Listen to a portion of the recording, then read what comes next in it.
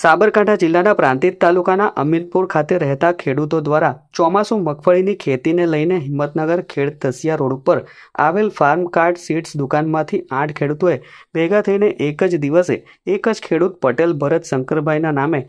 એક જ બિલમાં તારીખ 31/5/2024ના રોજ ક્રાંતિ પ્રિન્ટ 20 કિલોની 136 બેગ, જેમાં એક બેગની કિંમત ₹2600 લેખે તેની કુલ કિંમત 3,53,600ની ઓનલાઈન તથા ચેક અને રોકડ ચૂકવીને ખરીદી કરી હતી। કુલ 72 વીઘા જમીનમાં તારીખ 6/6/2024થી તારીખ 16/6/2024 સુધીમાં વાવેતર કર્યું હતું। જોકે 15 દિવસ બાદ મગફળીનો ગ્રોથ ન થતા અને ખેતરમાં 4-5 ફૂટના ગાળે છૂટક છોડ દેખાવા લાગ્યા હતા અને દવા ખાતર નાખ્યા બાદ પણ સમય થતાં તેમાં કોઈ વિકાસનો ફરક પડ્યો ન હતો।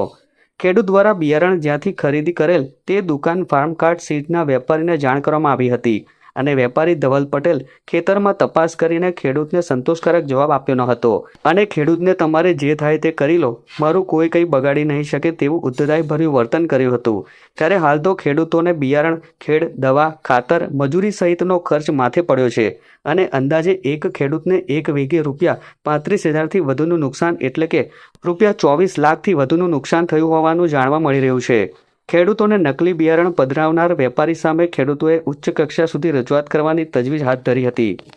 બધા ખેડૂતોએ ફોન કર્યા તો એ જાતે ધવલ પટેલ ફાર્મ કાર્ડ કંપનીના મેનેજર એ આવેલા અને અમને 2-4 ખેડૂતોના એમને જાતે ખેતર જોઈ લીધેલા, અમને બોલાયેલા એ નહીં અને પછી થોડી ચર્ચા કરી અને બીજા ખેડૂતો તો આવેલા નહીં, એમનું ખેતર જોયેલું એ નહીં અને કહે છે વાવેતરમાં જે ઉગેલું છે બિયારણ એ બિલકુલ કમ્પ્લીટ છે અને તમારા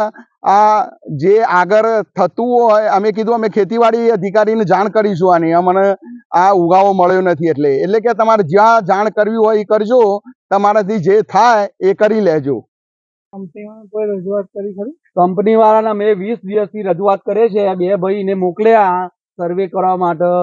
એ લોકોએ કશું જવાબ ના આપ્યો કે મારો શેઠ આવીને સર્વે કરી જશે। પરમ દિવસ મારા ધવલ પટેલ આયા, એમને જોયું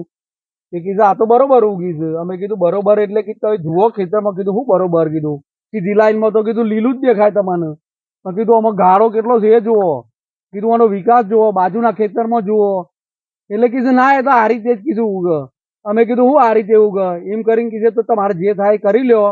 તમારે કીધું બરોબર જ છે, કીધું તમારે જે થાય પગલો પર હોય ભરી લેજો, પણ આ રીતે જ થશે કીધું।